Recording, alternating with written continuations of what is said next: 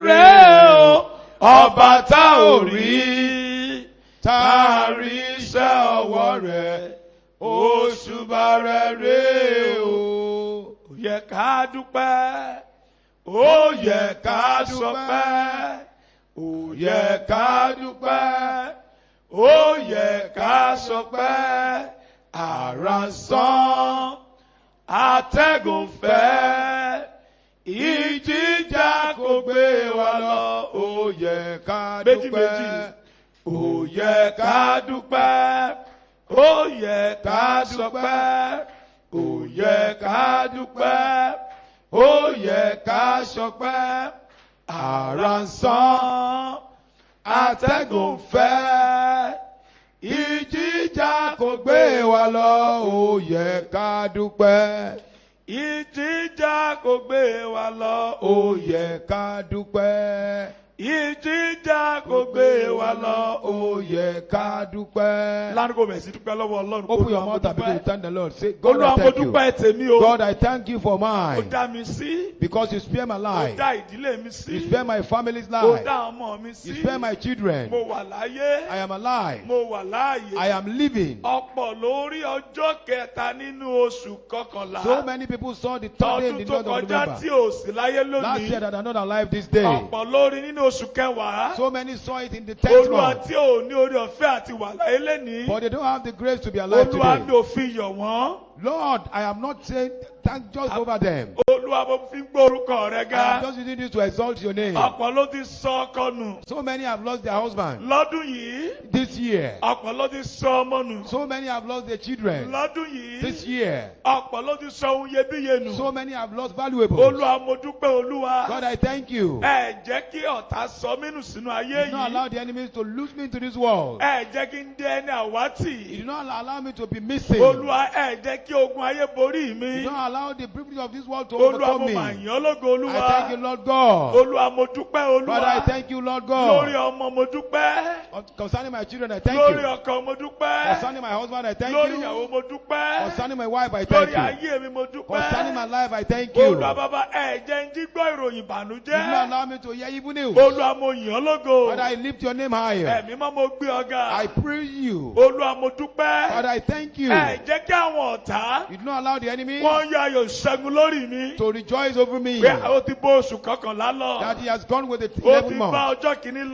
has lọ. gone with the first Ó day. ti bá ọjọ́ kejì He has gone with lọ. the second day. Àkílẹ̀ tó máa ti parí iṣẹ́ Before lórí this day, rẹ̀. we have finished Olúwa mo concerning it. yàn ọ́ lógo Father, I Olúwa. thank you, Lord. Ẹ jẹ́ káyé yà mí ní You wèrè. did not allow the world to turn me to a mad Ẹ jẹ́ kó person. gbé àìsàn tí ò ṣe é wò sí mi lára. Illness to be upon me portion. Olúwa mo gbé ọ̀gá. Father, I bring you up. Bàbá mo wá yàn ọ́ lógo. Ẹ jẹ́ káyé dè mí mọ́lẹ̀. Jésù mo wá yàn ọ́ lógo. Ẹ jẹ́ káyé dè mí mọ́lẹ̀. Ó bá kọ́ tiẹ̀ ó mú kọ́ You better tèmi sing ní. yours. You better sing yours. Bàbá mo wá yàn ọ́ lógo. Ó jẹ́ káyé dè mí mọ́lẹ̀. Jésù mo wá yàn ọ́ lógo. Ẹ jẹ́ káyé dè mí mọ́lẹ̀. lẹ́ẹ̀kan sí. One more time. Bàbá mo wá yàn ọ́ lógo. Ẹ jẹ́ káyé dè mí mọ́lẹ̀. Jésù mo wá yàn ọ́ lógo. Ẹ jẹ́ káyé dè mí mọ́lẹ̀.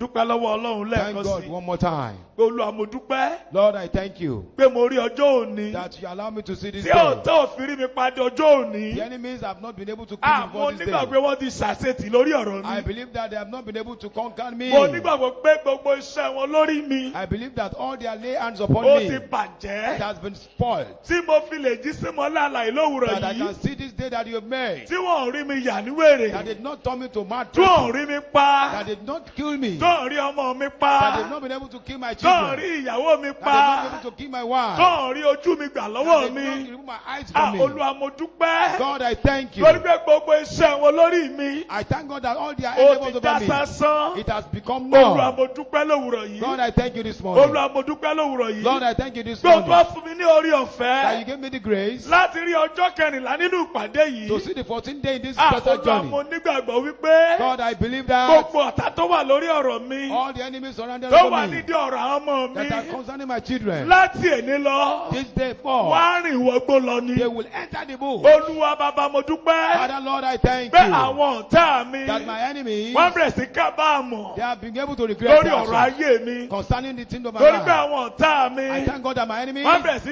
ṣùṣe látòwúrọ̀ they yìí begin to lọ. misbehave. Bẹ̀rẹ̀ sí dúpẹ́ lọ́wọ́ Ọlọ́run. Begin to thank God. Bẹ̀rẹ̀ sí dúpẹ́ lọ́wọ́ Begin to Ọlọ́run. thank God. Bẹ̀rẹ̀ sí dúpẹ́ lọ́wọ́ Begin to Ọlọ́run. thank God. Bẹ̀rẹ̀ sí dúpẹ́ lọ́wọ́ Begin to Ọlọ́run. thank God Fún àǹfààní tí Ọlọ́run fi for fún the ọ opportunity you have láti tún wà nínú ìpàdé to ìlówùrọ̀ be in yìí. this gathering this day. Ọlọ́run ò jẹ́ kí wọ́n fi ẹ̀mí ìrẹ̀wẹ̀sì sí God ọlọ́kàn. did not allow you to be discouraged. Wọ́n ò jẹ́ kó rẹ̀ ẹ́. You are not tired. Kò jẹ́ kó sú ọ. You are not Torí tired pé àsìkò ìṣẹ́gun rẹ ti dé ni. because it is the time of your victory. Torí pé o ti ṣetán láti bọ́ ni. Because you are prepared to be Torí pé delivered. ìtàn rẹ ṣetán láti yí padà. Because your story is set to Àti change. torí pé ìwọ ni ẹ̀rí kàn. Because you are the next person to Torí pé ẹni testify. tí àsìkò rẹ̀ bá dé. Because anyone whose time has Kò come, sí ọ̀tá tó lè dè no mọ́lẹ̀. enemy can stop him. Alábàjẹ́ tí wọ́n sọ wípé. No wonder Ẹni tó bá máa sunwọ̀n. the one that will be good for, Ẹni títẹ̀ bá máa the sunwọ̀n. one that his own will be Pé good, kò ní gbọ́. you will not hear. Nítorí pé àsìkò rẹ ti ṣe tó láti yí padà sí rere. Because your time is set to change for Àwọn goodness. agbára tó ti fi àsìkò ẹ̀ ṣòfò. Every power that has been wasting your Wọ́n time, ti ṣàṣetì lórí ọ̀rọ̀ they have rẹ. been able to do now over your issues. Sọ pé Olúwa. Tell God, Ìwọ mo bá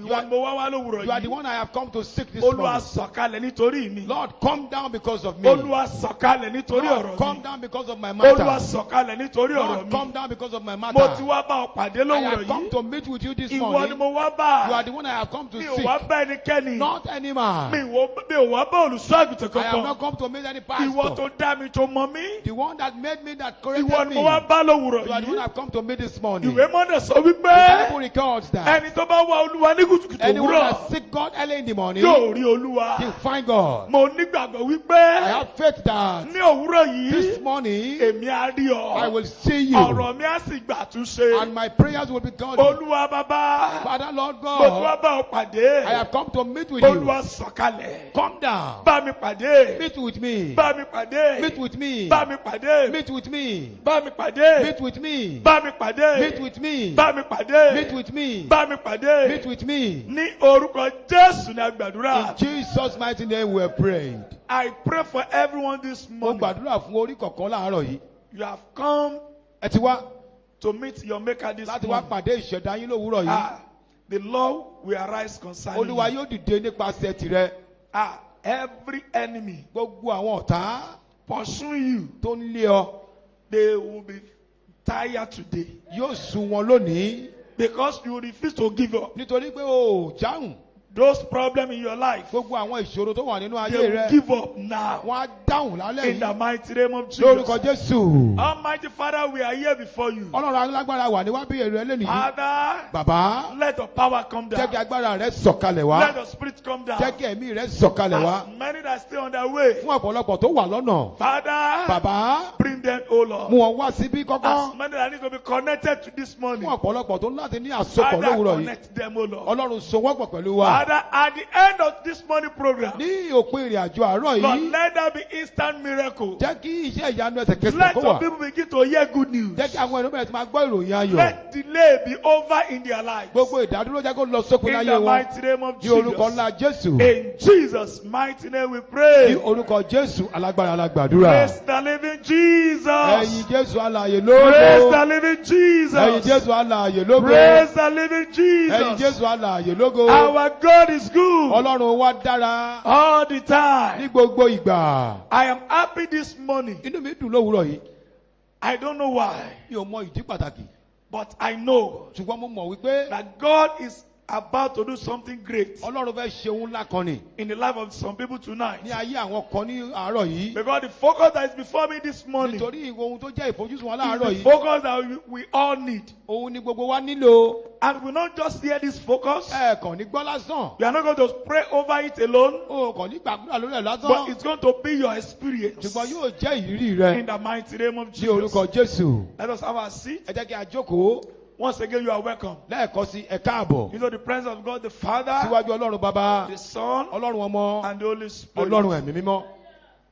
We bless the name of the Lord Àbùkù forúkọ Olúwa for His grace, fún orí ọ̀fẹ́ rẹ̀. for His power. fún agbára rẹ̀. Over this great commission, lórí ìgbékalẹ̀ yìí. over the life of our spiritual parents, lórí ayé àwọn òbí wa nínú Olúwa. and over as many that has been coming to this program. àti lórí ọ̀pọ̀lọpọ̀ tó ti ń wá fún àgbékalẹ̀ yìí. And also I appreciate God over my life this morning pàápàá mo dúpẹ́ lọ́wọ́ lórí ayé mi láàárọ̀ yìí. for granting me this opportunity wọ́n fún mi ní àǹfààní to be the one that will minister to us this morning. láti jẹ́ ẹni tí ó ṣiṣẹ́ ìránṣẹ́ fún wa.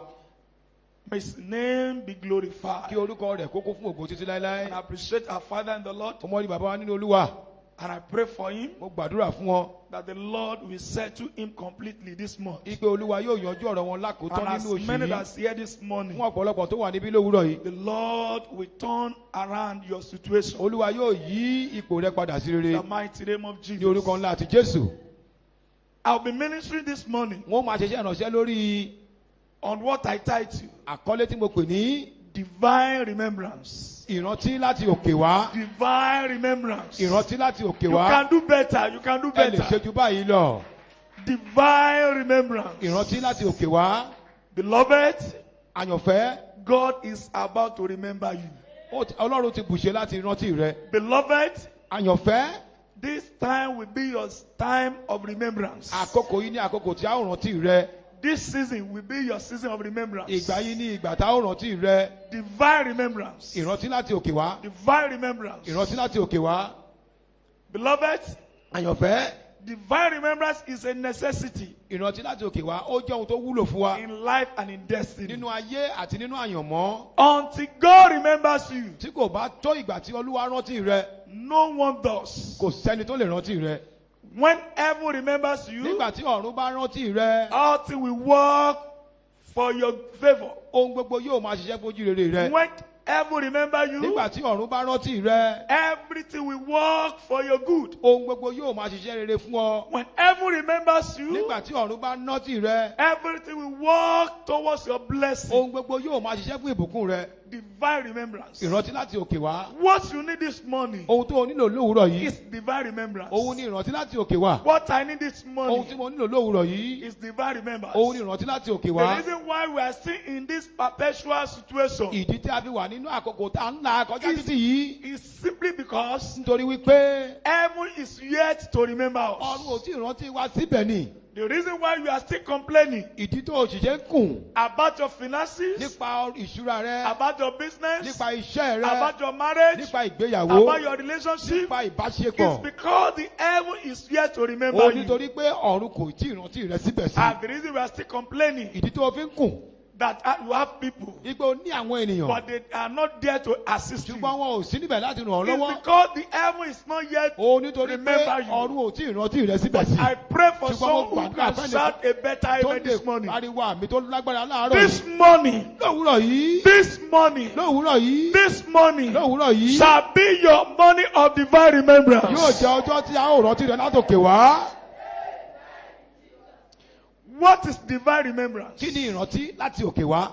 It simply means ó já sí wípé when God puts you in His mind nígbà tí Ọlọ́run bá fi ọ sí ọkàn rẹ̀ to bless you láti bùkún fún ọ and to turn around your life. àti láti yí ayé rẹ padà sí rere. Divine remembrance means ìrántí láti òkè wá já sí pé when God focuses His attention on you. nígbà tí ìfojúsùn Ọlọ́run bá wà lórí rẹ. Praise the living Jesus. ẹ̀yin Olúwa Ọlọ́run.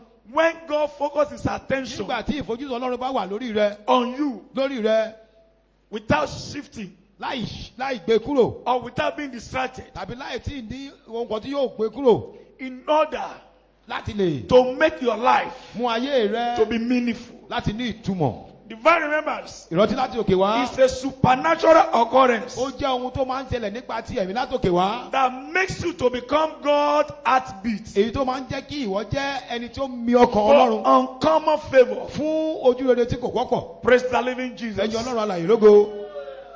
Beloved, àyànfẹ́, what you need this morning ohun tó o nílò lówùrọ̀ yìí, is divine remembrance. òun ni ìrántí láti òkè wá. You have prayed enough. O ti gbàdúrà tó, You have vigil enough. o ti ṣèṣọ́ òru You have tó, climbed mountain enough. o ti gorí òkè You tó, have submitted your CV enough. o ti mú ìwé tí a fi gba You have iṣẹ́ káàkiri, submitted your business proposal enough. o ti mú ìṣẹ́ tí a fi gba iṣẹ́ káàkiri, You have been making so many calls. o ti ṣe ọ̀pọ̀lọpọ̀ ìpè. In fact, you know a lot of people. Pàápàá o tilẹ̀ mọ àwọn èèyàn jàǹbùrátà, But what is coming out of it ṣùgbọ́n kí ló ń jáde láti ìdí èyí wá? is nothing. Kò sí nǹkan kan bẹ̀. Because you are yet to be divinely remembered. Nítorí pé síbẹ̀síbẹ̀ àti ìrántí rẹ̀ látòkè wá. When God remembers you, Nígbà tí Ọlọ́run bá níran rẹ, people have no option àwọn ènìyàn kò ní ohun tí wọn yóò ṣe than to remember you. ju pé kí wọ́n níran rẹ lọ. Praise the living Jesus. Ẹ̀yin Olúwa Ọlọ́run alààyè lógo. If God remembers you, Nígbà tí Ọlọ́run bá rántí rẹ, you don't need to know king o ò nílò láti mọ ọba o, or president àbí olórí orílẹ̀-èdè, or a commissioner. àbí kọmíṣánná. Personally, they will look for you. Tìkálára wọn wá ó máa wá ọ. Praise the living Jesus. Ẹ̀yin Jésù lógo. I will show us the example in the Bible Màá fi àpẹẹrẹ rẹ̀ lélẹ̀ nínú Bíbélì before we pray. kí a tó gbàdúrà. Let us examine Bible-based example. Ẹ jẹ́ kí a wo àpẹẹrẹ tí a mú lélẹ̀ nípa ti Bíbélì. The book of Genesis chapter 40. Nínú ìwé Genesis orí ogójì We're going to read from verse 1 to 16. láti ẹsẹ̀ kìíní títí dé ìkẹrìndínlógún. Then we jump to 23. A wá fò sí ẹsẹ̀ kẹtàlélógún. We're going to see A ó rí a lot of reasons why people, ọ̀pọ̀lọpọ̀ ìdí tí àwọn ènìyàn they know people, wọ́n mọ ènìyàn but they are not being remembered. ṣùgbọ́n a kò rántí wọn. They have people in places that matters, Wọ́n ní àwọn ènìyàn níbi ńláńlá but their life does not matter. ṣùgbọ́n ayé wọn kò ní fi ṣe. The book of Genesis chapter 40 rather. Ìwé Genesis orí Chapter ogójì 40, we're going to read from verse 1 láti ẹsẹ̀ kínní for us to have the in-depth knowledge láti lè ní òye tó yè kooro of this word. nínú ọ̀rọ̀ yìí. I read, Mo kà á. it came to pass Ó sì ṣe after these things lẹ́yìn àwọn nǹkan wọ̀nyí. that the butler and the baker of the king of Egypt offended their lord, the king of Egypt. And Pharaoh was angry with his two officers, Fáráò sì bínú ní méjì sí àwọn ìjòyè rẹ̀, the chief butler and the chief baker. sí olórí agbọ́tí àti sí So olórí he àwọn put aláṣẹ. them in custody Ó sì fi wọ́n sínú ìtúbú in the house of the captain of the guard, nínú ilé olórí ẹ̀ṣọ́ in the prison, sínú ìtúbú the place where Joseph was confined. tí a gbé de Joseph sí. And the captain of the guard Olórí ẹ̀ṣọ́ náà sì fi charged Joseph with them, Joseph olórí wọn, and he served them. ó sì ń ṣe ìtọ́jú wọn. So they were in custody for a while. Wọ́n sì pẹ́ nínú túbú fún ìgbà díẹ̀.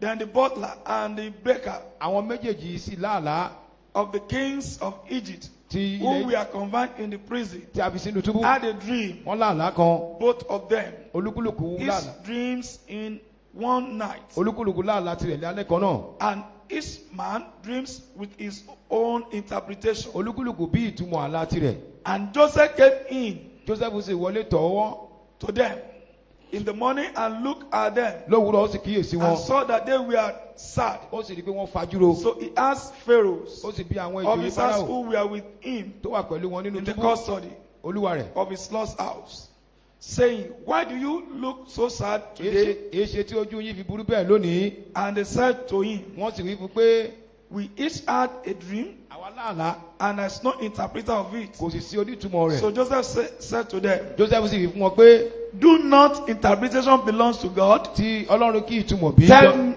Tell them to me, please. Èyí mi bẹ̀yìn ẹ̀rọ wọn. Then the chief butler told his dream to Joseph Olórí agbọ́tí sì rú àlá rẹ̀ fún and said Joseph. to him, Ó sì wí fún pé behold, wò ó in my dream, ní ojú àlá mi a vine was before me, àjàrà kan wà níwájú and in mi the vine were 3 branches. àti lára àjàrà ní ẹ̀ka mẹ́ta. It was, though it is budded, its blossom Ó sì rúdì. shot forth, Ìtọ́nà rẹ̀ sì jáde wá. and cluster brought forth ripe grapes. Ó sì gbé àjàrà tó pọ́n wá. The Pharaoh court was in my hand, Àgbo Fáráò sì wà ní ọwọ́ and mi. I took the grapes Èmi sì mú èso àjàrà and náà. pressed them into Pharaoh's cup, Mo sì fún wọn sínú ago and Fáráò. placed the cup in the Pharaoh's hand. Mo sì fi ago náà lé Fáráò lọ́wọ́. And Joseph said to him, Joseph sì wí pé this is This is the interpretation of it. ìtumọ̀ rẹ̀ ní èyí. The 3 days, the 3 branches ẹ̀ka mẹ́ta are ni. 3 days. ìjọ mẹ́ta ni. Now within 3 days, ní ọjọ́ mẹ́ta òní. Pharaoh will lift up your head ní Fáráò yóò gbé orí rẹ and sókè. restore you to your place. yóò sì mú ọ padà. And you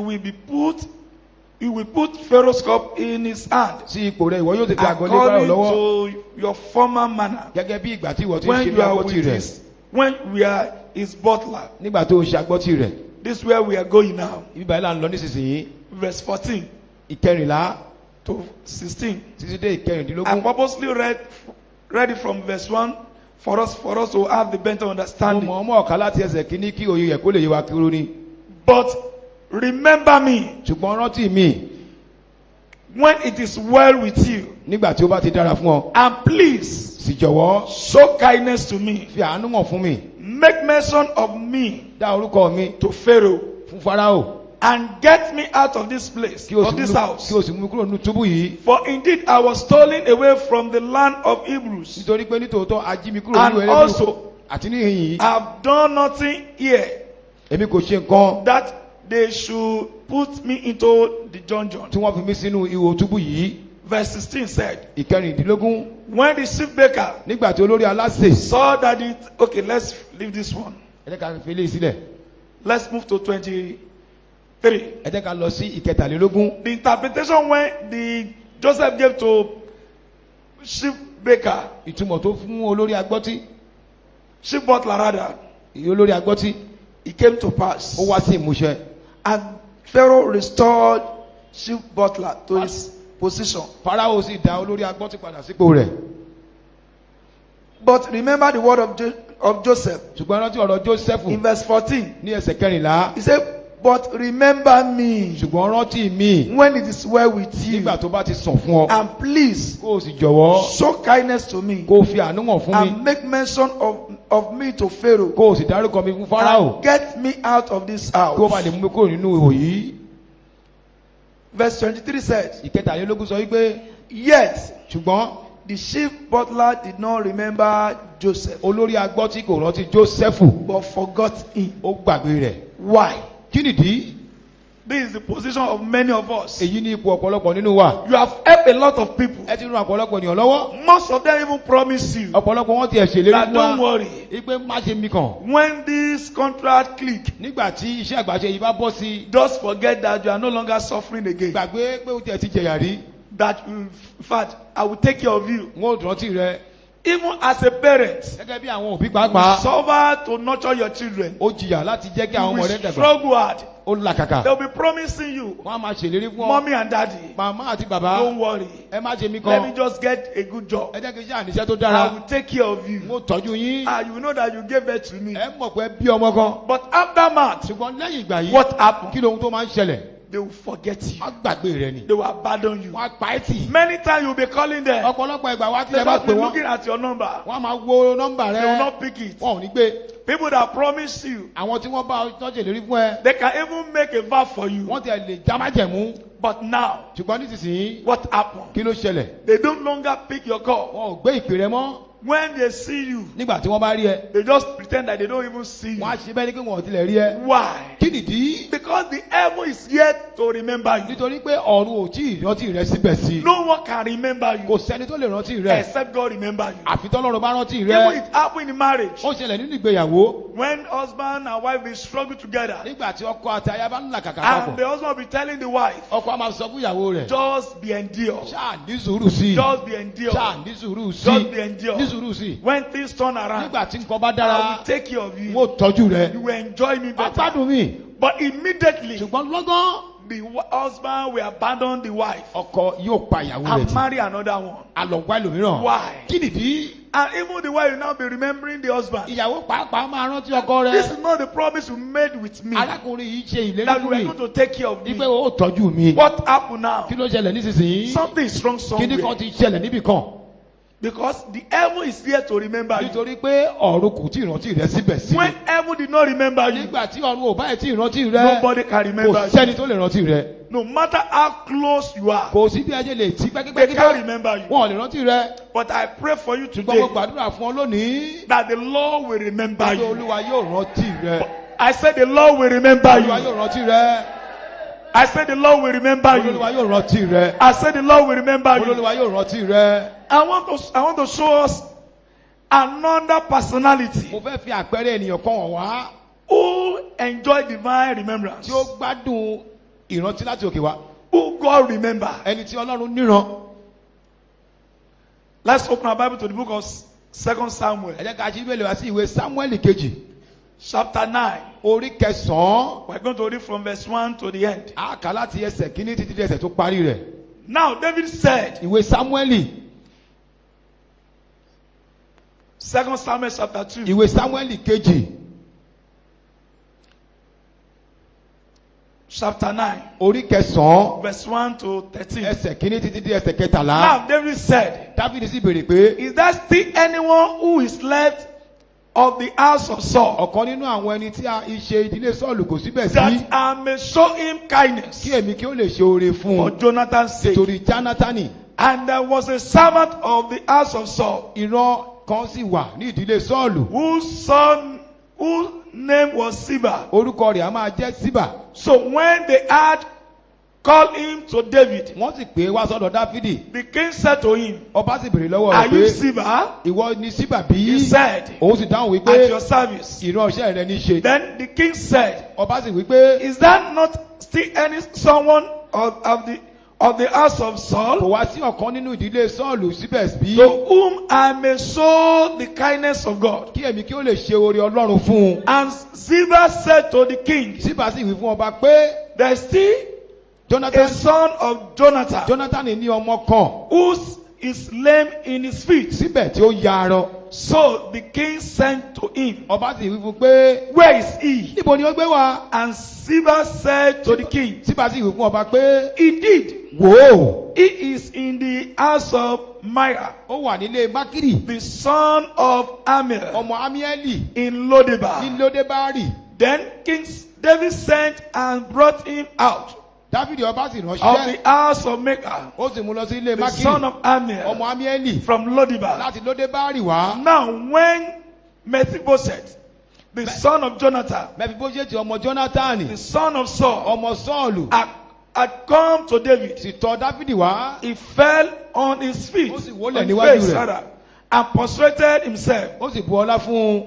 Then David said, Dáfídì wí pé Mephibosheth, Mẹfibóṣẹ́tì and he answered, òun sì dáhùn wípé here is your servant. wo ìránṣẹ́ rẹ. So David said to him, Dáfídì sì wí fún pé do not fear, má bẹ̀rù for I will show you your kindness. nítorí pé nítòótọ́ èmi yóò I will show you ṣe kindness èmi yóò ṣàánú fún ọ for Jonathan's, your father's sake, nítorí Jónátánì bàbá and rẹ. I will restore to you Èmi yóò sì tún fi gbogbo ilẹ̀ all the land of Saul, ilẹ̀ Sọ́ọ̀lù bàbá rẹ fún ọ your grandfather, ti bàbá rẹ. and you shall eat Ìwọ bread sì máa- at my table continually. Ìwọ ó sì máa bá mi jẹun nígbà gbogbo ní ibi Then tí ó jẹ he mi. bowed himself Òun sì tẹríba and said, ó sì wí pé what is your servant kí ni ìránṣẹ́ rẹ já that sí you look upon such a dead dog as I? tí ìwọ fi máa ń fi ojú wo òkú ajá bí èmi. And the king called to Siba, Ọba sì pè sí Síbà Saul's servant, ìránṣẹ́ Sọ́ọ̀lù and said to him, ó sì wí fún pé I have given to your master's son gbogbo kan tí ń ṣe ti all Sọ́ọ̀lù that belong to Saul tí ń ṣe ti Sọ́ọ̀lù and to his house. àti gbogbo ti ìdílé rẹ̀. You therefore Nítorí ìdí èyí and your sons ìwọ àti àwọn ọmọ and rẹ your servants àti àwọn ìran rẹ shall work the land for him, yóò sì máa ro ilẹ̀ náà fún un. and you shall bring in the harvest, Ìwọ yóò sì máa mú ìkórè wá. that your master's sons Ọmọ olúwa rẹ̀ yóò sì máa may rí have food to eat. tí yóò máa rí oúnjẹ jẹ. But Mephibosheth, Ṣùgbọ́n Mẹfibóṣẹ́tì your servant's son, ọmọ olúwa rẹ̀ shall eat bread at my table always. yóò máa bá mi jẹun nígbà gbogbo lórí tábìlì mi. Now, Nísinsìnyí Siba has 15 sons and 20 servants. Síbà sì ní ọmọ 15 àti 20 ìran ọkùnrin. Then Siba said to the king, Síbà sì wí fún ọba pé according to all that my lord the king has commanded, gẹ́gẹ́ bí gbogbo èyí tí olúwa ọba mi ti parí àṣẹ fún ìran his rẹ̀ servant, fún ọ̀rọ̀ rẹ̀. so will your servant do. Bẹ́ẹ̀ náà ni ìran rẹ̀ yóò ṣe And for Mephibosheth, fún Mephibosheti. said the king, Sọ fún ọba he shall eat at my table like one of the king's sons. yóò máa bá mi jẹun níbi oúnjẹ mi. Mephibosheth had a young son Mẹfibóṣẹ́tì sì ní ọmọ kékeré kan whose name was Micah. orúkọ rẹ̀ ń jẹ́ Míkà. And all who dwell in the house of Ziba gbogbo àwọn tí ń gbé ní ilẹ̀ Síbà were servants of Mephibosheth. ni wọ́n sì ṣe ìránṣẹ́ fún So Mèfíbóṣẹ́tì. Mephibosheth dwelled in Jerusalem, Mèfíbóṣẹ́tì sì ń gbé ní Jerúsálẹ́mù. for he ate continually at the king's table. Òun á sì máa jẹun nígbà gbogbo ní ibi tí ọba gbé ń jẹun. And he was lame in his both Òun feet. sì ya arọ ní ẹsẹ̀ rẹ̀. Praise the living Jesus. Ẹ̀yin Olúwa láàyè. I believe both you can compare both Joseph's life and Mephibosheth. Mo gbàgbọ́ wípé ẹ lè ṣe àkíyèsí ayé Jósẹ́fù àti ti Mèfíbóṣẹ́tì. Joseph was lobby Jósẹ́fù ó tiraka to be remembered, láti jẹ́ ẹni tí a ó rántí. but Mephibosheth Ṣùgbọ́n Mèfíbóṣẹ́tì did not lobby to be remembered. kò tilẹ̀ jápátá láti ní ìrántí. God remember him. Ọlọ́run rántí rẹ̀.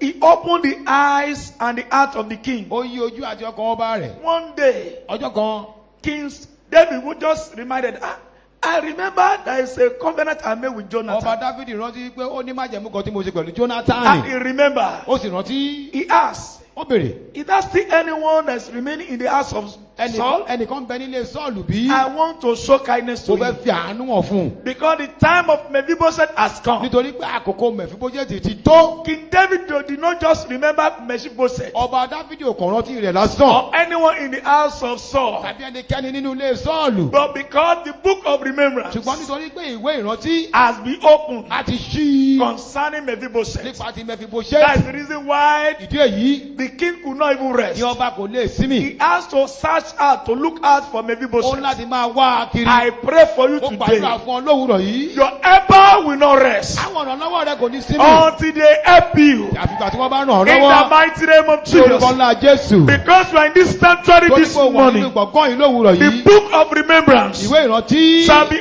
open concerning your A life, ó sì kan ayé rẹ. shall be open concerning your A ó sì business, kan iṣẹ́ rẹ. shall be open concerning your A ó marriage. sì kan ìgbéyàwó In the rẹ. mighty name Ní of orúkọ Jesus. Jésù.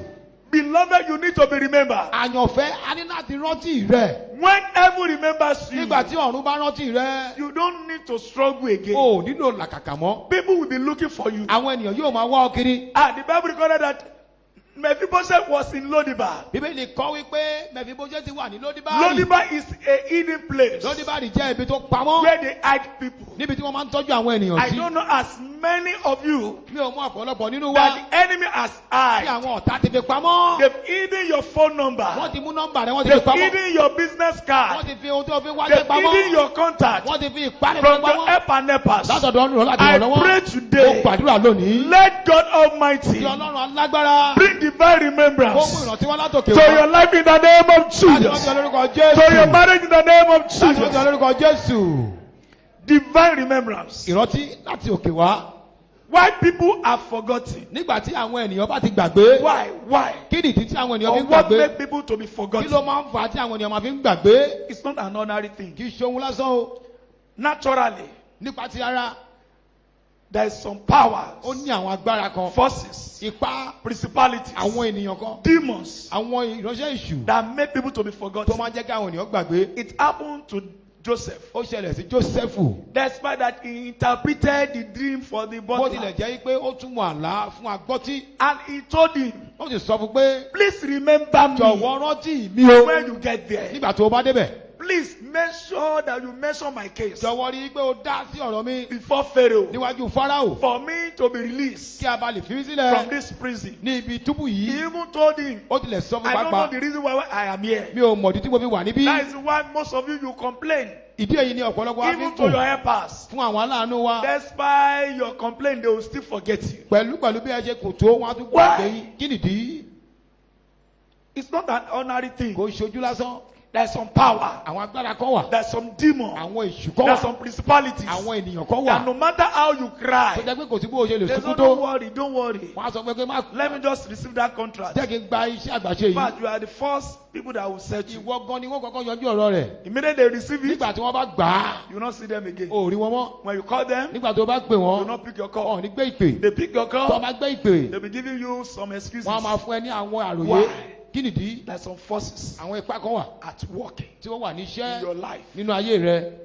I pray today. mo gbàdúrà lónìí. Any demon, gbogbo ìránṣẹ́ èṣù. any power gbogbo agbára. from your father's láti house ilé bàbá rẹ̀. and from your mother's láti house ilé ìyá rẹ̀. that does not want you to be tí kò remembered, fẹ́ kí a rántí I rẹ̀. command that mo power pa aláṣẹ fún to agbára rẹ̀. die in the name of tó Jesus. kú lórúkọ Jésù. I say I command that power mo pa aláṣẹ fún to agbára rẹ̀. die in the name of tí wọ́n kú Jesus. lórúkọ Jésù. Number 2 reason why ìkejì ìdí people are forgotten tí àwọn ènìyàn fi máa ń gbàgbé. when there is a curse upon your life. nígbà tí ègún bá wà lórí ayé rẹ. When there is curse working in your life, nígbà tí ègún bá ṣẹ́ lórí ayé rẹ. let your best friend be the state governor. jẹ́ kí ọ̀rẹ́ rẹ tímọ́tímọ́ jẹ́ gómìnà ìlú. He will forget you. agbàgbé rẹ. I could remember, is it last week that Papa mentioned the case of the one son mo rántí ní ọ̀sẹ̀ tó kọjá. that came here. Truly, I was there then. bàbá olúwa sọ fún wa It nípa was ìyẹn kan. around 2008. ní nǹkan bí ọdún tó sọ yìí. I know the man. mo mọ arákùnrin náà. If you see this man, tẹ́ bá rí arákùnrin yìí. you will pity this man. ẹ ṣàánú rẹ̀. In fact, they have to carry him here. pàápàá wọn láti gbé wá síbí ni. One Alaja. alájà They kan used to come there. tó máa ń wá ń gbà yẹn. He used to carry this man wọ́n here. máa ń gbé arákùnrin wá síbí. Man that trained Fashola then. arákùnrin tó jẹ́ Very close ó to súnmọ́ Fáṣọlá pẹ́kípẹ́kí. to Bola Ahmed Tinubu. sí Asiwaju. Tinubu. And at that moment, nígbà náà Bola Ahmed Tinubu did not remember him. bàbá Tinubu ò rántí rẹ̀.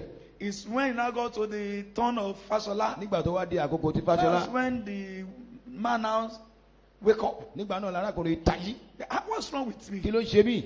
I'm very close mo to súnmọ́ arákùnrin pẹ́kípẹ́kí. Asiwaju. 4 years. ọdún mẹ́rin. Even to the extent that the Asiwaju told him, débi pé aṣáájú pàápàá sọ fún pé Baba, bàbá ẹ jáde sí ọ̀rọ̀ yín. please do something about your issue. I know the man. mo mọ ọkùnrin náà dáadáa. I know the mo man. mọ ọkùnrin náà dáadáa. Because nítorí pé probably there is a curse upon the man. ó ṣeé ṣe kí ègún wà lórí ayé rẹ̀. If there is curse upon your life, tí ègún bá wà lórí ayé rẹ̀. let your son be the president. jẹ́ kí ọmọ rẹ jẹ́ olórí orílẹ̀-èdè. He will not remember kò ní you. ríran rẹ̀. Let your wife jẹ́ kí ìyàwó rẹ be the senator. kó jẹ́ sínétọ̀. He will not remember kò you. ní rántí rẹ When there is curse, nígbà tí ègún bá wà. I pray for you mo this gbàdúrà morning. fún ẹ láàárọ̀ yìí. Every curse upon your life, gbogbo ègún tó wà lórí ayé rẹ. making people that matter to you to forget tó you. ń jẹ́ kí àwọn ènìyàn tó wúlò kí wọ́n That gbàgbé curse rẹ. is hereby cancelled in the name of Jesus. pa ègún náà rẹ lórúkọ Jésù.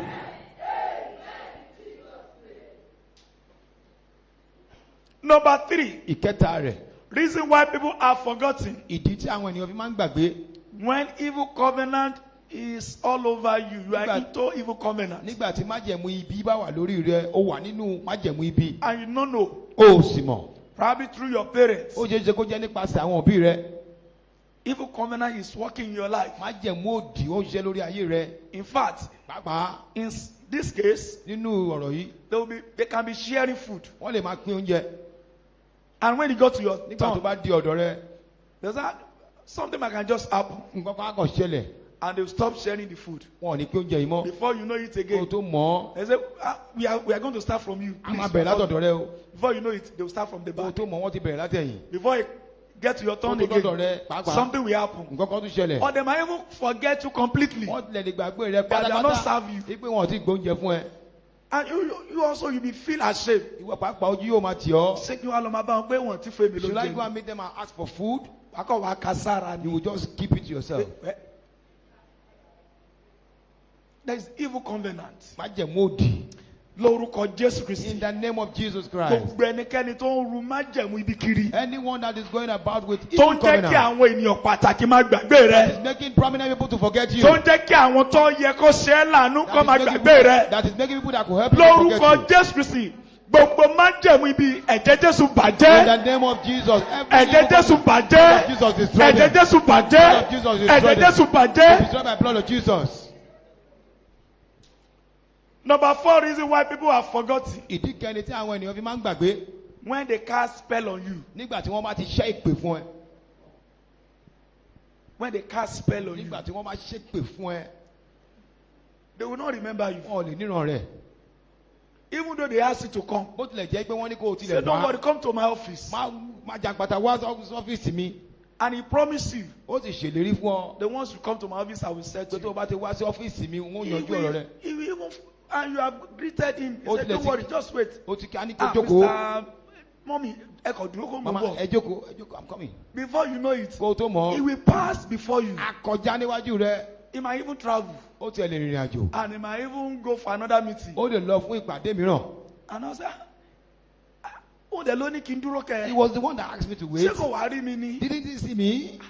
Even when you call him. Nígbà tó o bá tilẹ̀ pé. A ní ẹ má bínú mi ò rí yín ni. Please don't be offended. I didn't get to see you. Ọ̀pọ̀lọpọ̀ kì í ṣe pé àwọn èèyàn yìí wọ́n mọ̀ So ṣe. many, it is not deliberate on these people's Nítorí part. pé a ti ṣépè fún It ẹlòmíràn. is because that person has been cursed. Pé kí irú èèyàn bẹ́ẹ̀ That such people kọ́ máa rántí ẹni bí should not orere. remember them for goodness. Gbogbo èpè tá a ṣẹ́ fún ọ. Every curse that is fell on you. Gbogbo èpè tá a ṣẹ́ fún bàbá tó Every bí ọ. spell that is on your father. Tá a ṣẹ́ fún ìyá tó bí That is on ọ. your mother. Tó wá ń ja ayé That is rẹ. now affecting you. Pé kí wọ́n máa rántí ẹni bí orere. That they should not remember you for any Lórúkọ goodness. Jésù In the Kristi. name of Jesus Mo fi Christ. ẹ̀jẹ̀ Jésù ká ìpè náà kúrò. I cancel that with the blood of Jesus. Amen. In Jesus' name. When we are talking about divine remembrance, Nígbà tá a bá ń sọ̀rọ̀ nípa ìrántí láti òkè it's wá, not an ordinary ó thing. ṣe ohun lásán. It's thing that we need to take Ó seriously. jẹ́ ohun tá láti mú ní òkúkú dùn. Because if God did not remember you, Nítorí pé tí wọn kò bá rántí rẹ, nobody can remember kò you. sẹ́ni tó lè rántí rẹ. Nobody. Kò sẹ́ni náà. No matter how close you Kò are, sí bẹ́ẹ̀ ṣe lè di pẹ́pẹ́ tó. until heaven remembers Àfi you. tí ọ̀run bá rántí rẹ. That's why I read the book of Genesis for us. Ìdí ìlàyé kàwé Genesis fún wa. Despite that Joseph told him, Bó tilẹ̀ jẹ́ pé Joseph sọ fún remember me, nínú mi. remember me. Rántí mi. The Bible recorded Bíbélì kọ́ wípé that the butler did not remember Joseph. agbọ́tí pàápàá kò tilẹ̀ rántí Joseph. Before he could remember Joseph, Kó tó níran rẹ̀. was after 2 Ó years. jẹ́ lẹ́yìn ọdún méjì. Where most of you are struggling is because Ìdí tí you ọ̀pọ̀lọpọ̀ are yet to be remembered. ìdí tí ọ̀pọ̀lọpọ̀ wa fi ń làkàkà ní pé síbẹ̀síbẹ̀ a ò tí ì níran wa. And I pray today. Mo gbàdúrà lónìí. Today is your day of remembrance. Òní ni ọjọ́ tí a ó rántí rẹ. Numbers 5. Ìkarùn-ún Where rẹ̀ people are tí forgotten. àwọn ènìyàn fi máa ń gbàgbé. When there is satanic embargo upon your life. Nígbà tí ìgbégidínà èṣù wà níwájú rẹ. When there is ale. Nígbà tí Ale satanic. àlè sátánì àlè. Àlè Evil mark. Satanic embargo. Satanic embargo. When it's upon your life, Tó bá wà lórí ayé rẹ, you'll be forgotten. a ó gbàgbé rẹ. No matter how you pray, Kò sí bó o ti lè gbàdúrà you'll tó. be forgotten. A gbàgbé rẹ. Even to the extent that you also Débi pé ìwọ pàápàá, can be forgotten yourself. ó lè gbàgbé ara rẹ. When they call people, Nígbà tó bá ń pa àwọn please, ènìyàn. Mr. Alaba, come. You will still sit down. Ọ̀gbẹ́ni wá. You are even forgotten that they asked you to come. Wàá ti jókòó, ó ti gbàgbé wọ́n ti pè There ọ́. is satanic embargo upon your Eléyìí life ni àlè tó wà that lórí. does not want you to be remembered. Tí kò fẹ́ kí a rántí rẹ. And I know tonight, Mo this mọ̀ ní morning, òwúrọ̀ yìí. every demonic embargo, Gbogbo ìgbégidínà àlè. every satanic embargo Gbogbo ìgbégidínà àlè. upon your life, Lórí ayé rẹ. upon your marriage, Lórí ìgbéyàwó. upon your things, Lórí àwọn ohun I rẹ. command it to be lifted in the name Ó of pa Jesus. aláṣẹ ká mú kúrò lórúkọ Jésù. Jesus. Number 6 reason why people are forgotten. Ìdí kẹfà tí àwọn ènìyàn fi máa ń gbàgbé. When there is evil hand upon you, Nígbà tí ọwọ́ ibi bá wà lára rẹ. hand of wishes. Ọwọ́ àwọn àjẹ́. At times people don't see you. Ìgbà mìíràn wọn ò tilẹ̀ rí ẹ. Jesus. Àmì bí tó ń rù kiri. Every woman you are carrying about. Lórúkọ Jésù, ẹ̀jẹ̀ Jésù kò parẹ́. In the name of Jesus, let it be cleansed by the blood of Jesus. The 8th reason Ìdí kẹjọ why people are forgetting tí àwọn ènìyàn fi máa ń gbàgbé. is when the devil want to afflict you. Nígbà tí èṣù bá fẹ́ gbógun tì ọ́. Tó bá fẹ́ pọ́n ẹ lójú. Tó bá fẹ́ pọ́n ẹ lójú. Akọ̀jẹ́ kan máa gbàgbé ẹ̀ To ṣá. make them to forget you. When the devil want to afflict you. Nígbà tí èṣù bá fẹ́ gbógun tì ọ́. Just make Bá people pọ́n to lójú. forget you. Á jẹ́ kó máa gbàgbé rẹ. Even your bosom friend, Ẹni tó tilẹ̀ súnmọ́ ẹ pẹ́kípẹ́kí. they just forget you Á gbàgbé rẹ ṣá. without no reason. Láì nídìí. When they want to bless people, Nígbà tó wá fẹ́ bùkún àwọn ènìyàn. give people money, Tó fẹ́ fún àwọn èèyàn ní they owó. forget you. Má gbàgbé rẹ. December is coming. December ti ń bọ̀ báyìí. Some people they will not remember them. Àwọn mìíràn wọn ò tilẹ̀ ní rántí wọn. After February. Ó di ìgbà tí oṣù kejì bá dé Mo lọ́tún bọ̀. dẹ̀ gbàgbé mi bá dẹ̀ fún yín nìkan Oh, I dúró. have forgotten. I should have given you something. Mo dẹ̀ ń pín àwọn nǹkan fáwọn And I èèyàn. was distributing some things to some people. Kí ló wá dé? What happened? What could happen? Mo dẹ̀ ti sọ pé máa ràn yín lọ́wọ́. And I said I was going to help you. In fact, àwọn nǹkan tó kù wọn àdánù ni. Other things we have to throw them away. ìwọ ebi dẹ̀ ń pa wọ. Meanwhile, you were hungry wọ́n dẹ̀ nílò rẹ̀. and you needed it. gbogbo èṣù tó ń pọ́n ẹ lójú. Every evil that is afflicting you, tó ní pé o ò ní gbádùn rere that ayé is saying you yìí. will not enjoy this life. lórúkọ Jésù In sí. the mighty name of gbogbo Jesus. iṣẹ́ èṣù yẹn àti gbogbo ìfarahàn ẹ̀. Every deed of the devil nínú and ayé his protection, lórúkọ Jésù mo ní kó ṣègbè your dànù. life, let it be mo destroyed. ní kó ṣègbè dànù. Destroyed. mo ní kó ṣègbè dànù. Destroyed. mo ní kó ṣègbè dànù. Destroyed. The reason why you are yet to be blessed Ìdí tí àti ìdí ìbùkún rẹ síbẹ̀ sí, is because you are yet to be remembered òun ni nítorí pé a ò tí ì rántí rẹ by God. látọ̀dọ̀ Ọlọ́run You are wá. more than this. Ó jù báyìí lọ. You are more beautiful than this. Ó dùn wò jù báyìí You are lọ. more handsome than Ó this. dùn wò jù báyìí lọ. Because you are not yet remembered. Nítorí pé a kò tí ì rántí rẹ síbẹ̀ If you are sí. remembered, Tá a bá rántí you rẹ, know that you are even more than this. wàá mọ̀ pé o tilẹ̀ jù báyìí lọ. Those people that God has remembered, Àwọn tí Ọlọ́run ti rántí they rẹ̀, are the one that manifesting God's glory. àwọn ni wọ́n fi ògo Ọlọ́run I hàn. pray for you Mo today. gbàdúrà fún ọ lónìí. You also will manifest God's glory. Ìwọ náà wàá fi ògo You Ọlọ́run will hàn. manifest God's Wàá glory. fi ògo Ọlọ́run You will hàn. manifest God's Wàá fi glory. ògo Ọlọ́run In hàn. the name of Jesus. Lórúkọ Jésù. Beloved, Àyànfẹ́, let the whole world remember you. jẹ́ kí gbogbo àgbáyé yìí kó níran rẹ. And God forget you. You are going nowhere.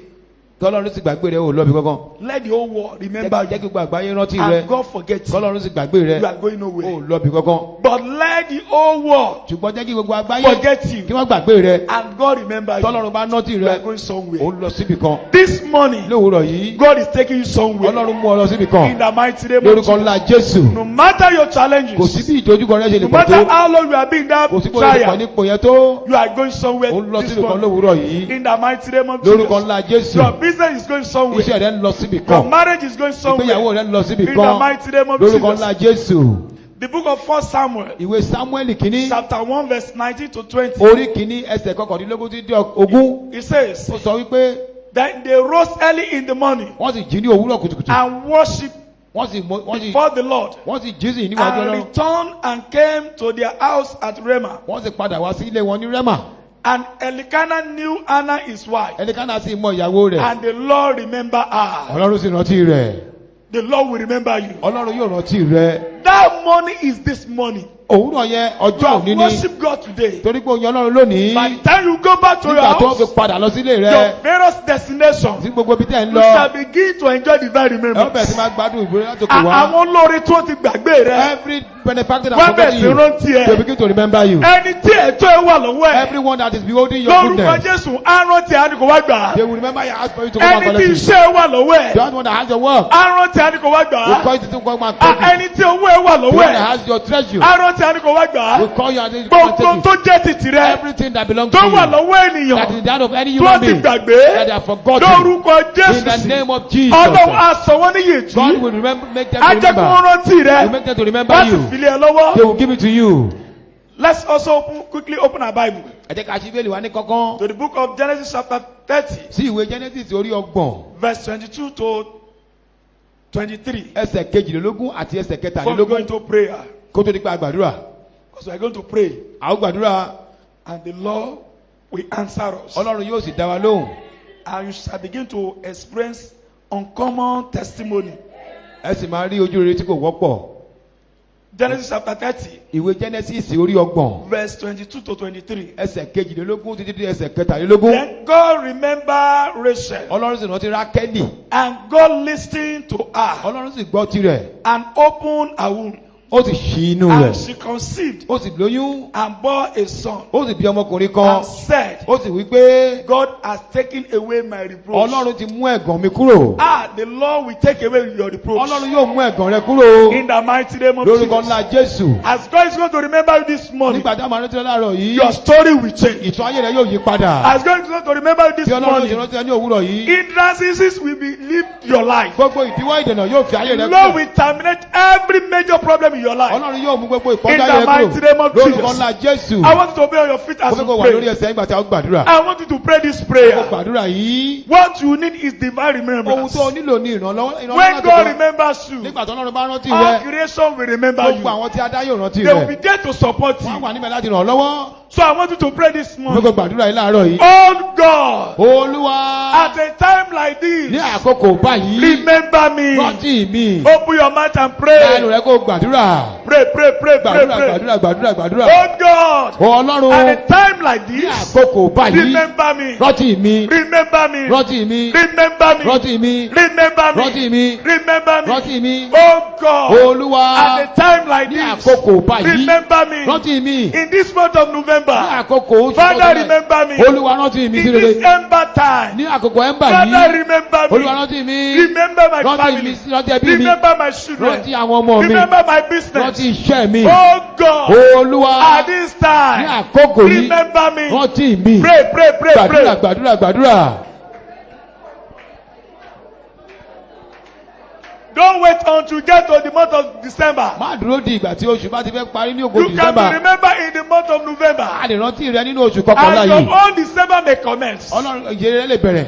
So pray to God. Gbàdúrà sí Ọlọ́run. Oh God, Olúwa. I time like Ní this. àkókò báyìí. Remember the work of my hand. Rántí iṣẹ́ ọwọ́ mi. Remember my children. Rántí àwọn ọmọ mi. Remember me, O Lord. Rántí mi Olúwa. Remember me, O Rántí mi Lord. Olúwa. Remember me, O Rántí mi Lord. Olúwa. Remember me, O Rántí mi Lord. Olúwa. Remember me, O Rántí mi Lord. Olúwa. Remember me, O Rántí mi Lord. Olúwa. In Jesus' name we Ní pray. orúkọ Jésù ní agbàdúrà. I want us to quickly pray this prayer. Fún ká gbàdúrà yìí bákan náà. Every satanic power Gbogbo agbára ọ̀tá agbára that èṣù. make my effort to forget Tó me jẹ́ kí àwọn aláàánú mi gbàgbé mi. be destroyed by fire. Bàjẹ́ pẹ̀lú agbára iná. Every satanic power Gbogbo agbára èṣù. that make my efforts to Tó jẹ́ kí forget àwọn me aláàánú mi gbàgbé mi. be destroyed by fire. Bàjẹ́ pẹ̀lú agbára iná. Prayers in the name of Gbàdúrà lórúkọ Jesus. Jésù. Pray, pray, pray. Gbàdúrà gbàdúrà gbàdúrà. Every satanic Gbogbo power agbára èṣù. that make my efforts to Tó jẹ́ kí forget àwọn me, aláàánú mi gbàgbé mi. I command Mo pa á be láṣẹ. destroyed by fire. Bàjẹ́ pẹ̀lú iná. Talk to him, talk to him. Bá a sọ̀rọ̀ bá a sọ̀rọ̀ Gbogbo bá a sọ̀rọ̀. agbára Every power. tó ń jẹ́ kí àwọn olóore mi máa That gbàgbé is mi. making my benefactors to Tó forget ń me. jẹ́ kí àwọn tó máa gbé sẹ́lẹ̀ fún mi That gbàgbé is mi. making people who are giving contract to Ó yẹ forget me. lórúkọ Jésù ẹ kú pẹ̀lú In the iná. name of Jesus, die by Talk to him, fire. talk to him. Bá a sọ̀rọ̀ bá a It's not sọ̀rọ̀. until they have awarded that contract, Ẹni tó fẹ́ gbéjẹ́ yìí fún ẹ. they will not remember you. Wọ́n á rántí rẹ. Say, ah, no, I Wípé, mo forget. ti gbàgbé So ní. don't be offended. Má jẹ́ kó bí ọ So nínú. cry to him tonight. Bá a This sọ̀rọ̀ morning. lọ́rọ̀ yìí. Every satanic power Gbogbo agbára èṣù. that made my benefactor to Tó forget jẹ́ kí me àwọn olóore mi gbàgbé mi. be destroyed by fire. Bàjẹ́ pẹ̀lú iná. Die by fire. Dákú pẹ̀lú iná.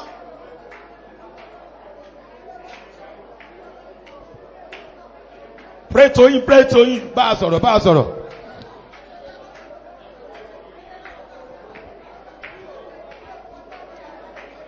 In Jesus' mighty name we pray. Ní orúkọ Jésù la gbàdúrà.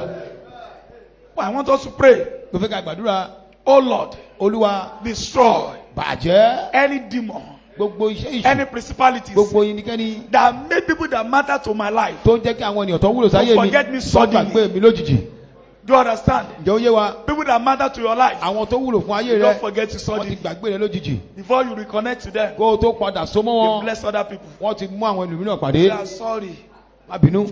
We just have to wait for another Òun time. láti ní sùúrù dìgbà mìíràn. That will never be your portion. Eléyìí kò ní jẹ́ So I ìpín want rẹ. you to pray Mo fẹ́ now. ká gbàdúrà Oh nísinsìnyí. Lord, Olúwa destroy bàjẹ́. any power, Gbogbo agbára. any demon, Gbogbo agbára any èṣù. principality Gbogbo ní. that make people that matter to my Tó ń jẹ́ life kí àwọn ènìyàn tó wúlò sáyé mi. to forget me Kọ́ máa gbàgbé mi suddenly. lójijì. Father, destroy them. Olúwa bà wọ́n jẹ́. Prayers in the name of Jesus. Gbàdúrà lórúkọ Jésù. You cannot pray. Gbàdúrà. You better pray. O jẹ́ gbàdúrà. Pray that prayer very well. Gbàdúrà yìí dáradára. Gbogbo agbára kí agbára. Every power. Gbogbo ipákípá. Every act. Tó ń jẹ́ kí àwọn èèyàn tó ṣe pàtàkì sí ayé That is mi. making people who are useful to my Tó ń jẹ́ life. kí wọ́n máa gbàgbé mi To lójijì. forget me suddenly. Nígbà tó yẹ kí wọ́n ràn mí When they are lọ́wọ́. supposed to help me. Olúwirú agbára bẹ́ẹ̀. All this kind of Ó yá power máa ṣègbé. be Ó destroyed. yá máa gbiná. Destroyer. In Jesus' mighty name we Ní pray. orúkọ Jésù alágbára la gbàdúrà. So I want us to pray this prayer. Mo fẹ́ ká gbàdúrà yìí. Oh Lord, Olúwa remember me rántí mi. and silence all my mockers. Tí o sì pa gbogbo àwọn tó ń kẹ́gàn mi rẹ́. Oh Lord, Olúwa remember me rántí mi. and silence all my mockers. Gbogbo àwọn tí ń kẹ́gàn mi pa Prayers wọ́n in the lẹ́nu name lọ. of Jesus. Gbàdúrà lórúkọ Jésù.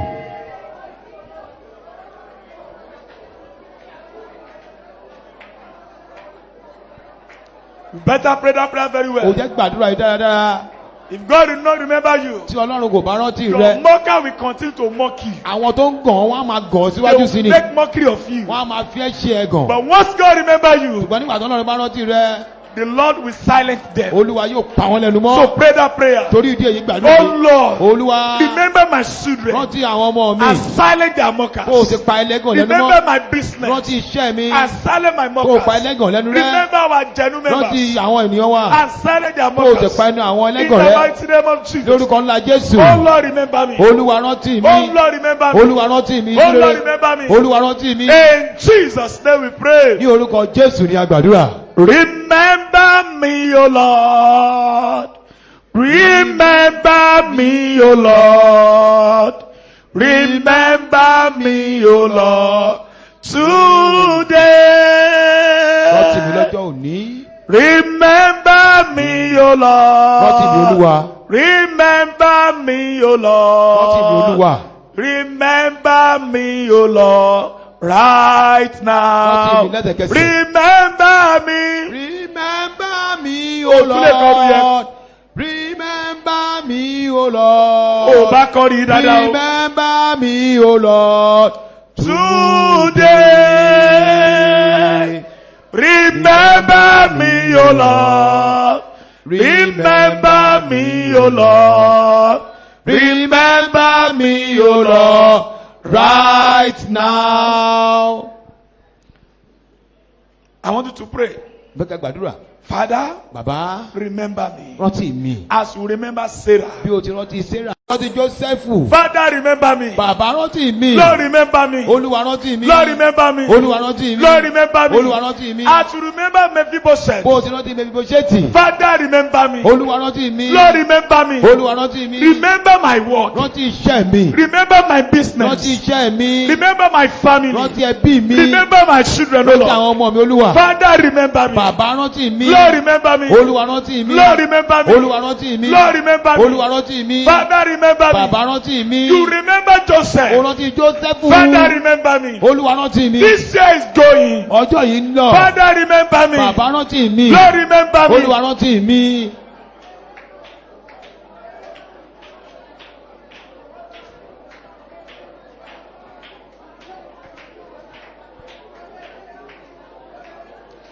In Jesus' name we pray. Ní orúkọ Jésù la The gbàdúrà. last prayer we're going to pray. Èyí tó kẹ́yìn nínú àdúrà náà. We're going to pray A ó gbàdúrà. that anywhere good things is mentioned, Ibi gbogbo tí a bá ti dárúkọ ohun rere. let my name be remembered. Jẹ́ kí a rántí orúkọ mi. Anywhere Ibikíbi good things is being tí mentioned, a bá ti ń dárúkọ ìṣe rere. let my own name, Jẹ́ kí orúkọ tèmi. let the name of my family, Jẹ́ kí orúkọ ẹbí mi. let the name of my Jẹ́ business, kí orúkọ iṣẹ́ mi. let it be Jẹ́ remembered. kí a rántí rẹ̀. Prayers in the name of Àdúrà Jesus. lórúkọ Jésù.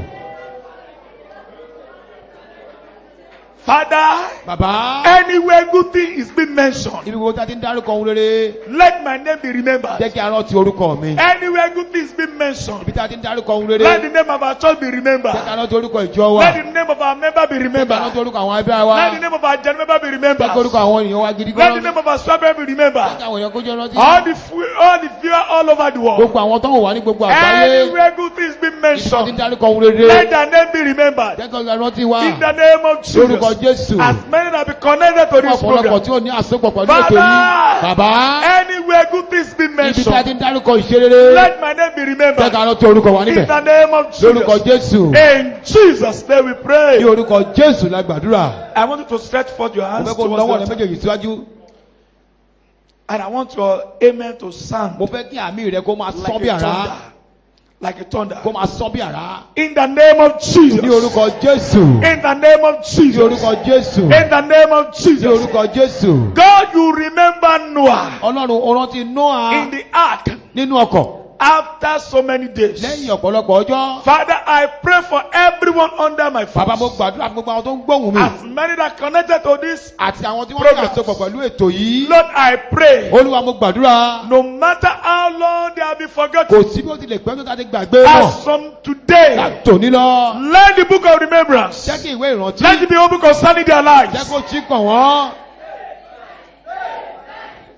That amen is not good enough. Àmì yìí kò tó. It cannot even make heaven to remember Kò you. tilẹ̀ lè jẹ́ kí ọ̀run kó rántí ènìyàn. In the name of Ní Jesus. orúkọ Jésù. In the name of Ní Jesus. orúkọ Jésù. In the name of Ní Jesus. orúkọ Jésù. The Bible recorded Bíbélì kọ wípé that the Lord remembered Joseph. Olúwa rántí I Jósẹ́fù. decree Mo pa á láṣẹ over your life. lórí ayé rẹ. You are the next to be Ìwọ remembered. lẹni tó kàn tá ọ̀ràn tí. People that matter to your destiny. Àwọn ènìyàn tó ní ṣe pẹ̀lú àyànmọ́ rẹ. People that matter to your career. Àwọn tó ní ṣe pẹ̀lú iṣẹ́ tó yàn People that láàyò. matter to your glory. Àwọn tó ní ṣe pẹ̀lú ògo I rẹ. commend them Mo pa á ní mo kàn nípa as a gbọ́n. servant of Gẹ́gẹ́ bí God. ìránṣẹ́ Ọlọ́run. Let them begin to remember you for Bẹ́ẹ̀ sì good. máa rántí rẹ fún rere. God that made David to remember Mephibosheth. Ọlọ́run tó jẹ́ kí arántí mọ́ bí bó ṣe é tì. Whoever that need to remember you Ẹnikẹ́ni today, tó ní láti nínú ọ̀tí rẹ lónìí. for your story to change, Fún ìtàn rẹ láti yí padà. no matter where they are, Kò síbi tí wọ́n lè wá. all over the world, Káàkiri àgbáyé. I decree Mo pa á as a láṣẹ. servant of Gẹ́gẹ́ God, bí ìránṣẹ́ Ọlọ́run. let them begin to remember you Wọ́n now. bẹ̀rẹ̀ sí máa rántí rẹ Now, nísìnyí. now, Nísìnyí. now, Nísìnyí. now, Nísìnyí. now, Nísìnyí. now, Nísìnyí. now, Nísìnyí. now, Nísìnyí. now, Nísìnyí. now, Nísìnyí. now, Nísìnyí. now, Nísìnyí. now, Nísìnyí. now, Nísìnyí. now, Nísìnyí. now, Nísìnyí. now, Nísìnyí. now, Nísìnyí. now. Nísìnyí. In Jesus' name we pray. Lórúkọ Jésù la gbàdúrà. As many that your husband has abandoned you, Gbogbo fún ọ̀pọ̀lọpọ̀ tí àwọn kan ti kọ̀ sílẹ̀. that forgotten you, Tí wọ́n ti gbàgbé rẹ. I pray today Mo gbàdúrà lónìí. in the mighty name of Lórúkọ ńlá Jesus. Jésù. Let that man begin to remember you for good. Alákòóní bẹ̀rẹ̀ sí máa rántí rẹ fún rere. As many that your children, they are in the position to assist you, Fún ọ̀pọ̀lọpọ̀ tí àwọn ọmọ wọn wà nípò láti ràn but wọ́n they lọ́wọ́. have forgotten you. Ṣùgbọ́n tí wọ́n ti gbàgbé I rẹ. speak to their spiritual and body. Mo bá ẹ̀mí wọn ara wọn àti ọkọ wọn Because the sọ̀rọ̀. Bible says Bíbélì sọ wípé the heart of the kings gbogbo ọkọ̀ àwọn ọba is in the hand of the ó wà Lord. lọ́wọ́ Olúwa. He directed them like a flow of Ó water máa ń ná wọn lọ síbi tó bá wù ú. wherever he wishes. Síbi tó bá wù I ú. stand as a servant of the Most Mo High dúró gẹ́gẹ́ bí God. ìránṣẹ́ ọmọ náà láàyè. That your son, Ipa àwọn ọmọ rẹ yìí. that your daughter, Àwọn ọmọ rẹ. that man, Arákùnrin that náà. woman, Obìnrin náà. that uncle, Ọkùnrin náà. that sister, Àti àǹtí that náà. cousin, Ẹni náà. that friend Ọ̀rẹ́. that need to remember Tó you ń láti today. rántí rẹ. May Almighty God touch his heart. Kí Ọlọ́run fọwọ́ Touch kọ́ their ọkàn. heart. Kọ́lọ́run kọ́kọ́. Touch their heart. Fọwọ́ kọ́kọ́ Touch their heart. Fọwọ́ kọ́kọ́ wọn. Touch their dad. Fọwọ́ kọ́kọ́ wọn. Touch their heart. Fọwọ́ kọ́kọ́ wọn. In the name of Ní Jesus, orúkọ Jésù. I decree over your Mo life. pàṣẹ lórí ayé I rẹ. announce to you, Mo kéde fún ọ. you are hereby remembered. Àti rántí rẹ. In Jesus' name we pray. Ní orúkọ Jésù ní agbàdúrà. Let's appreciate God. Ẹ jẹ́ ká mọ rírì Ọlọ́run. Let's bring out our offering. Ẹ jẹ́ ká mú ọrẹ wa jáde. God has remembered you. Ọlọ́run ti rántí rẹ. When God remember you, remember to pay your tithe. Nígbà tó Ọlọ́run bá rántí rẹ, rántí láti sàn dámẹ́wẹ́ rẹ o. Praise the living Jesus. Ẹ̀yin Ọlọ́run alààyè lógo. Because good money will be coming to you. Nítorí pé owó tí ó ní ìtumọ̀ yóò máa wá sọ́dọ̀ rẹ. Your benefit they seated upon. Àwọn àǹfààní rẹ tí a ti jókòó Will lé be lórí released tipẹ́. to you. Wọ́n á máa yọ̀ǹda rẹ̀ fún So I ọ. want, let's bring out our offering Ẹ jẹ́ ká mú ọrẹ wa jáde. as we give to God this morning. Bí a ṣe fi fún Ọlọ́run ní òwúrọ̀ yìí. Let us lift up our offering. Ẹ jẹ́ ká nà sókè. Almighty Father, we thank you Bàbá wa dúpẹ́ lọ́wọ́ yín. for you have done what no man can do. Torí pé ẹ ti ṣe ohun tẹ́nìkan kò lè You ṣe. have remembered Ẹ ti us. rántí wa. Lord, this is our offering. Eléyìí ni àwọn ọrẹ wa. Father, accept it, O Lord. Ọlọ́run gbà á. Use this for your kingdom. Eléyìí ló fún rẹ. As many that are giving this money, Fún ọ̀pọ̀lọpọ̀ tó mówó ìsílẹ̀. let men give to their bosom. Jẹ́ kí àwọn ènìyàn kó fi fún In the wọn. mighty name of Lórúkọ ńlá Jesus. Jésù. As many that want to give but they don't have. Fún ọ̀pọ̀lọpọ̀ tó fẹ́ fi sílẹ̀ May tí the pé tí kò Lord ní. remember you Tí Ọlọ́run kó financially. rántí rẹ̀ nípa ti In ìṣúra. the mighty name of Lórúkọ Jesus. ńlá Jésù. The Lord will turn around your finances. Ọlọ́run yóò yí ìgbà You shall begin ìṣúra to padà. live in abundance. Ó máa gbé nínú In the ọ̀pọ̀. mighty name of Lórúkọ Jesus. Jésù. So shall it be. Bẹ́ẹ̀ ni yóò rí. Now and forevermore. Nísinsìnyí àti láéláé. Jesus' name we pray. Lórúkọ Jésù la gbàdúrà. Let's drop our offering. Ẹ jẹ́ ká The mú program sílẹ̀. will continue this evening. Yóò máa tẹ̀síwájú ìrọ̀lẹ́ yìí. It's going to be awesome. Yóò ní ẹ̀rù nínú. It's going to be great. Yóò lágbára. Please don't come alone. Jọ̀wọ́ má dá wá o. Don't come Má alone. dá wá. Don't come Má alone. dá wá. There's going to be a special prayer Àdúrà pàtàkì yóò wà for people who invited others. fún àwọn tí wọ́n bá pe àwọn ènìyàn wá. So if you want to receive double anointing, Tó o bá fẹ́ gba ìsàmì double òróró blessing, lọ́nà méjì ìbùkún méjì. endeavor to come with someone. Gbìyànjú láti wá pẹ̀lú ẹnìkan. And I know Mo sì mọ̀ in these 30 days, nínú ìrìnàjò ọgbọ̀n ọjọ́ yìí. power and glory Agbára àti ògo. whatever God need to spend Ohunkóhun tí Ọlọ́run yóò ná for your life to have meaning, fún ayé rẹ̀ láti nítumọ̀. God will spend it. Ọlọ́run yóò ná. But don't come alone. Má dá wá. Don't come Má alone. dá wá. And make sure that you come on time. wá ní àkókò. May the Lord bless us in the name of Kí Ọlọ́run kó Jesus. bùkún wa lórúkọ Let's go on Jésù. our feet and share the grace Ẹ and jẹ́ ká dúró fellowship. sórí ẹsẹ̀ wá gbàtà ó ṣe rí ọ̀fẹ́ àṣepọ̀. May the grace of our Lord Jesus Orí ọ̀fẹ́ Christ, Jésù kìí lọ́wọ́ wa. the love of God, Ìfẹ́ mímọ́ ti and Ọlọ́run. the sweet fellowship of the Holy Ìdàpọ̀ tí àwọn Spirit ènìyàn mímọ́. be with us now Tó and sọ̀kalẹ̀ pẹ̀lú ọ̀rẹ́. forevermore. Láyà pẹ́ láyà. Amen. Àmín. Surely, Ní òtítọ́. goodness and mercy shall Ìrì follow àti us àánú all the days tí ó of máa our tẹ̀lé wa lives, lẹ́yìn. and we shall dwell in Ọjọ́ the ayọ̀ house of gbogbo the àwọn yóò sì máa gbé lóluwa. Lord forever and Láì ever. àti láíláí. Amen. Àmín. 3 hallelujah, I want to go. Hallelujah mẹ́ta. Hallelujah. Hallelujah. Hallelujah. I want someone to say, I am happy Mo fẹ́ kẹ́nìkan sọ pé inú mi because dùn. I am being remembered Nítorí pé a ti rántí mi sí rere. in places that matters. Níbi tó dára. Àmín.